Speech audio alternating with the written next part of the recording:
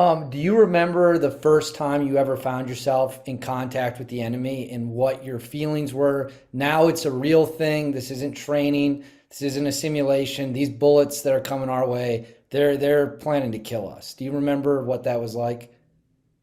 Yeah, and the easiest way I can, or at least again, I'm going to describe it for myself. It's not as shocking as you'd think it would be. Okay. It's just not.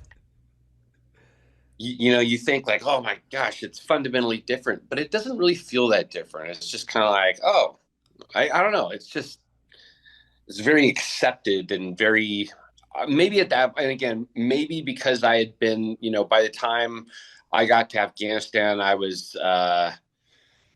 think I was a sergeant at that time. So, I had some, time in training and experience, etc. So maybe for me, it wasn't a big deal.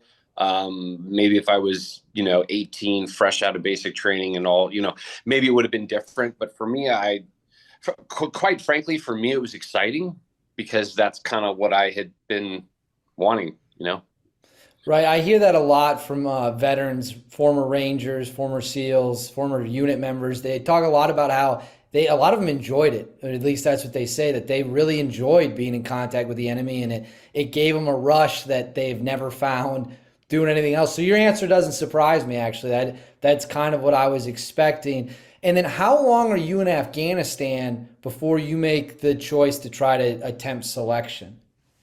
Well, so that's actually so very quickly.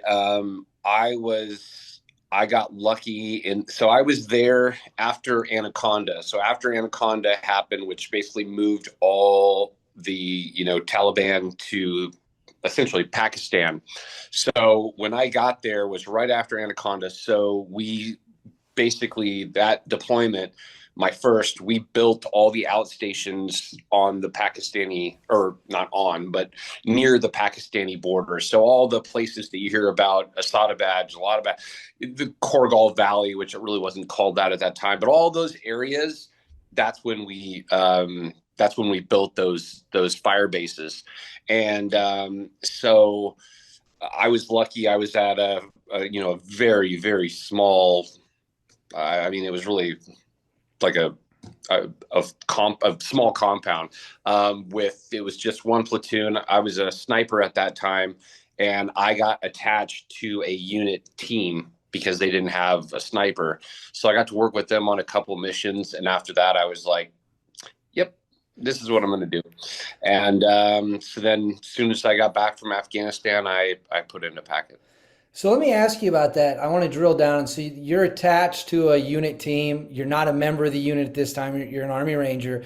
What was your perception of those guys the first time you got to work with them? Because I hear from a lot of people, and I'll paraphrase, when they work with members from the unit, it's like they think they're larger than life. Like these dudes are superheroes compared to the rest of us. Is that kind of the same impression you had?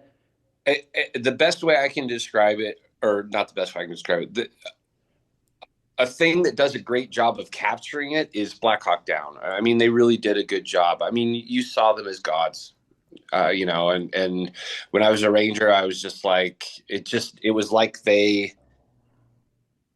it came to combat, it was like they were Morpheus. It's like they knew what was going to happen before. It was very strange, and also actually the guy that led the team that I was attached to, and I'll just say this now because it's what are the odds? 4 year, whatever, I forget the exact time, but 4 years later, that guy that ran that team, 4 years later, he is the exact same person that put the tourniquet on my arm.